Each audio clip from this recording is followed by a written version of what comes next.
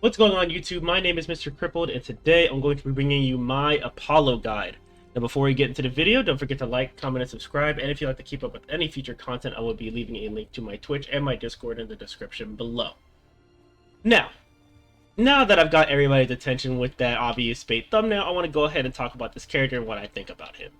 First and foremost, his character's strong. He's very strong, actually.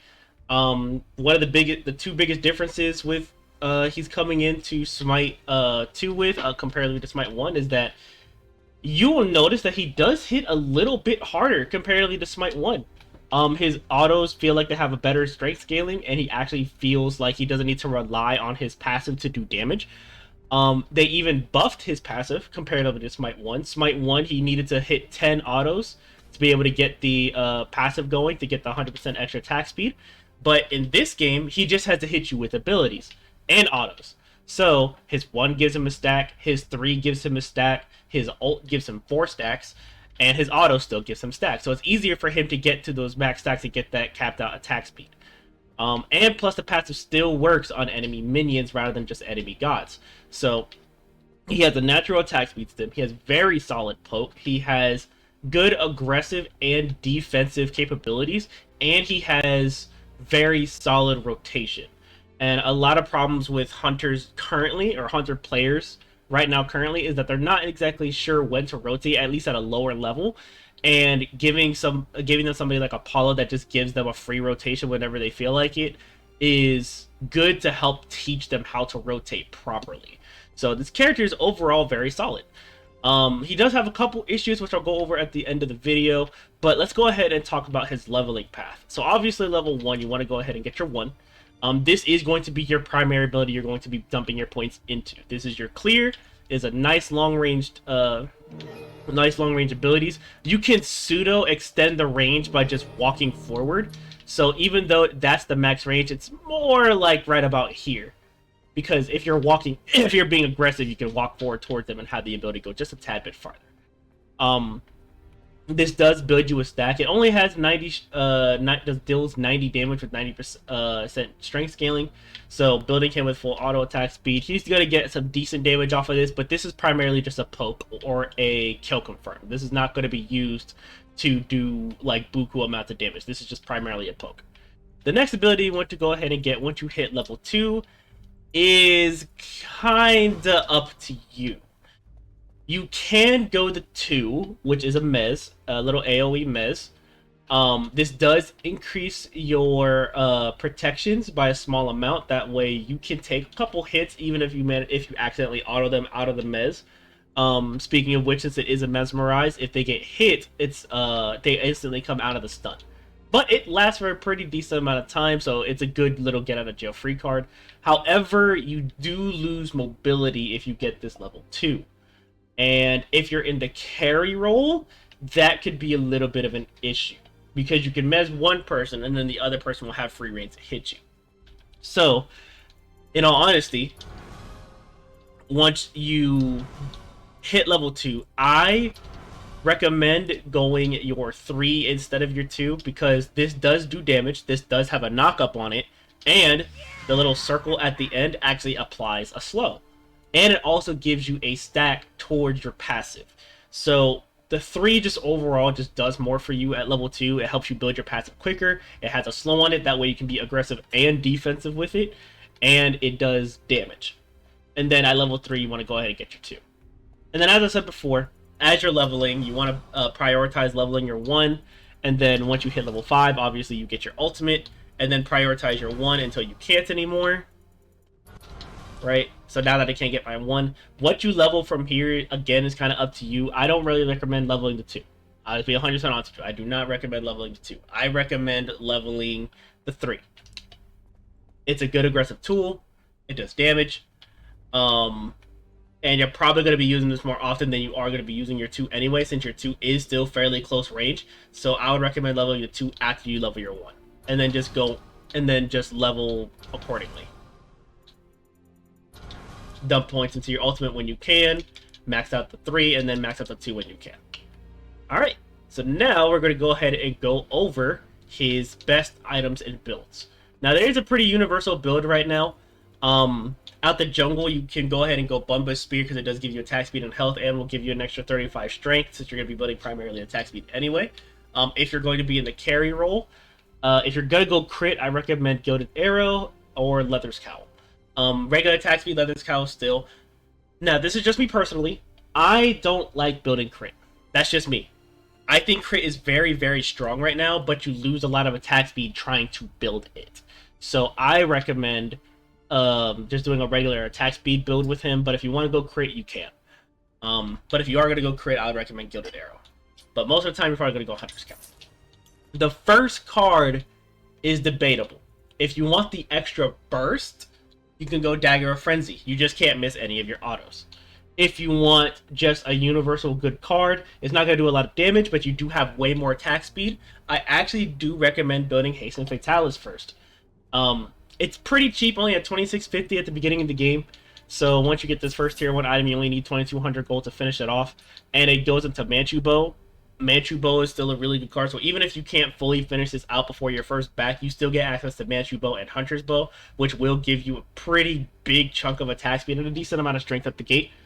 Plus Manchu Bow makes it to where they take an additional bonus 10 physical damage whenever you auto, so it's still just a very good universal card to build into. And then, once you have Hasten Fatalis on, whenever you do hit an auto on enemy god, you don't suffer the movement speed penalty. Why this is important? It allows you to kite the tanks, because most tanks are melee range, so you can shoot at them like this and backpedal, and you won't get the backpedal penalty, and you'll move backwards at full speed, while also still being able to poke them down. It's also a good chase down tool, because since you're going to be poking a lot with this character, most of the time you're probably going to have a health advantage if you don't miss your shots. And then, once you outclear them, you can run them down with this ability, and then when they try to run away from you, you have your dash and a miss, and then you're right back on them. It's a very solid start.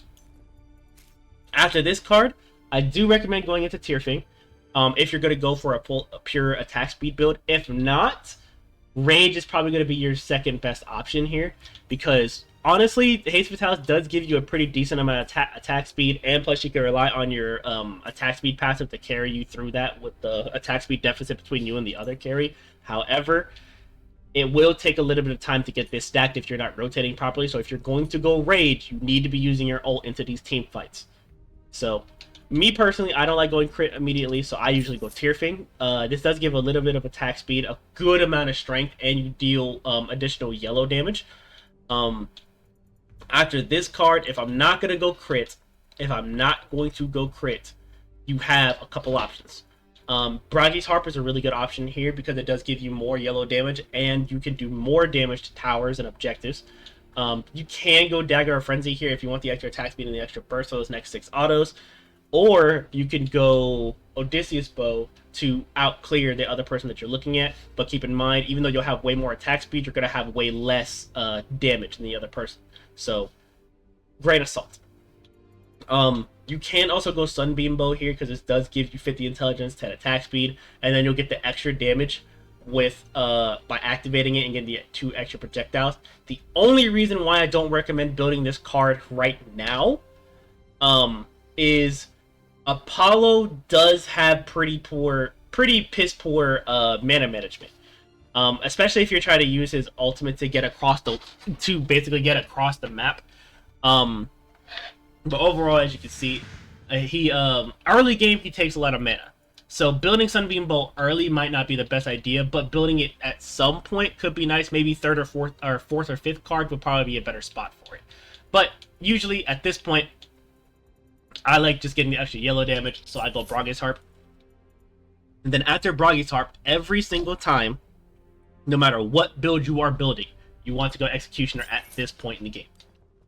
Reason being is because at this point, you probably have hit level 15, 16. Tanks are going to be way too tanky to deal with, so you need a way to deal with them. Early game, you can get away with the first 3 cards because they're not going to have as many protections, even though they will have plenty of health. But at this point, they're going to have a lot of protections as well. So you're going to need something to help you deal with those tanks. Plus, Executioner is just a really powerful card, giving 40 strength and 15% attack speed while also giving you piercing. So this card is going to be a must in every single build. This is going to be your only pen card. So this is definitely going to be what you want to build into.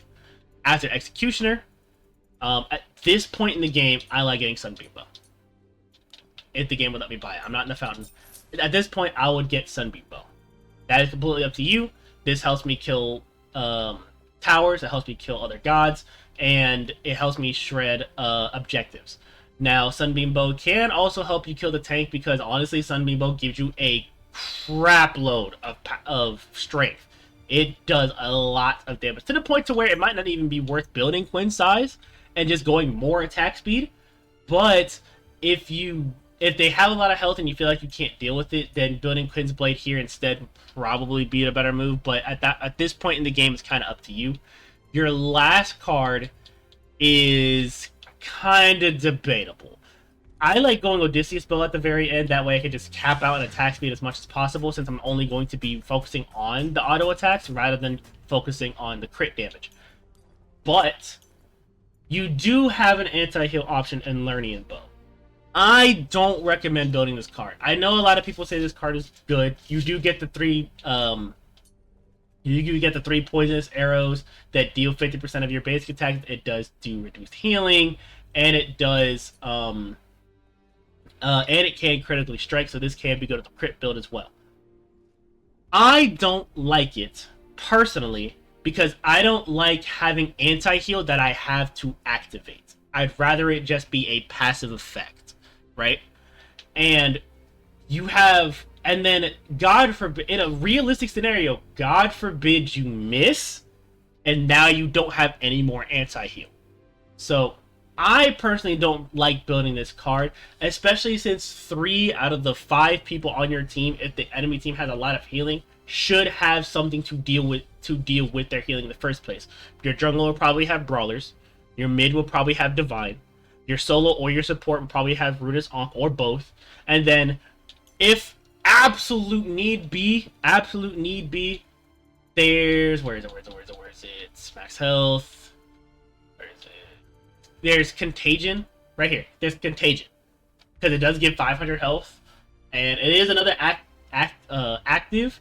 But at least when you throw, it's thrown on the ground, and they have a higher likelihood of walking into it. So I personally think Contagion is better than Lernian Bow, even though it doesn't do any damage since it's for a tank. But that's here nor there. Your last card is going to be completely up to you. You can go Lernian Bow, you can go Odysseus Bow, you can even go something like Kinsize, you can even go something like Broggy's if you want to. Even though he doesn't have any intelligence scaling, this does give you extra basic attack damage whenever you cast an ability. Or if you want survivability, you can also go Bloodforge. Bloodforge is also a really good active that nobody really builds anymore, but it gives you lifesteal. It gives you a health shield equal to the amount of strength that you have, so you'll get a pretty fat health shield since you're only building physical damage. So this is also a very viable option, but your last in slot could be anything you want. You can even build Titan's Bane to give you more penetration. Completely up to you. But that's just a basic attack build. If you want to go crit, again, it's kind of self-explanatory what you want to get with crit builds. Let me go ahead and sell all of this. So same thing. You probably started Hunter's Cowl with the Haste of Fatalis. Again, earlier I said build him to Rage. After this, you're going to want to make up for that lack of attack speed. So going Demon Blade is going to be really nice here. You're going to need Deathbringer. I would recommend at this point getting Executioner at least, because again, you're going to want to hurt the tanks at some point, and then going Deathbringer at this point. And your last card can be, again, whatever you want. You can go Kinsize to help you kill the tanks. You can go Sunbeam Bow to get a little bit of extra damage. You can go Dagger of Frenzy. Broggy's Heart, your last slot is going to be whatever you feel like you need. Most of the time, though, you're probably going to want to build Kin's Blade, because just with these crit items alone, you're going to be doing a lot of damage to squishies. So also being able to do damage to the tanks is going to be a little bit more important. However, Kin's Blade does only give 20 strength and 25 attack speed, so take that with a grain of salt. The last thing I want to go ahead and talk about with Apollo are his weaknesses and how to play him properly. So, Apollo doesn't really have too many weaknesses. If I'm being 100% honest with you, he doesn't have too many weaknesses. He can play the aggressive game really well because he could dash in, get the slow, get a couple autos off, and then stun. He does have really good, really good poke with the one. He has good, really solid passive, and he has a good team fighting ultimate. The real only, issue that he has is that even though he does have good defensive capabilities, they're not as strong as his offensive capabilities. His dash attack or his dash doesn't go as far as anybody else's, even though it does have a slow attached to it. The mez is nice, but you do have to be very close range for this. And in a team fighting situation, when your teammates are throwing autos and crap and they're getting hit by everything, this might not always save your life. And then even though on paper this ultimate is very good because you can get into the air and not be targeted and get away from the enemy team and then come right back down, as you can see, that casting time is pretty freaking long. So if you get caught unaware, you're probably not going to get out. If I'm being 100% honest with you. Unless you get a massive mez, they don't have beats, and you manage to put distance, or you have wards and you just pre-ult before anybody really gets close to you. That's probably his real only weakness. The other thing that I would consider maybe a weakness is that even though this stim is pretty good, it's really strong early game, you're not going to get a lot of use of it. You're more likely not going to get a lot of use for it late game, but that's not really the point. The point that I'm trying to make is that other hunter passives are still useful late game, i.e. like Anhur, or Princess Bari, or Neith. You know, they have passives that's going to last up into the late game. Apollo doesn't have a passive like that. He mostly has a passive that's going to last him into the mid game. Because if you're fighting a squishy with this passive and it's not completely activated, you're probably going to kill them in the first couple of autos. And then if you're going, the only time you're really going to get a big benefit from this is if you're hitting a tank. But if you're hitting the tank and their squishy still alive, you're going to screw yourself over. It's really only good for you to help you deal with the tanks rather than deal with the squishies, but it is also good for treading objectives. So, like I said, it's not really a weakness, but maybe tweak the passive a little bit to have it a little bit better in the late game.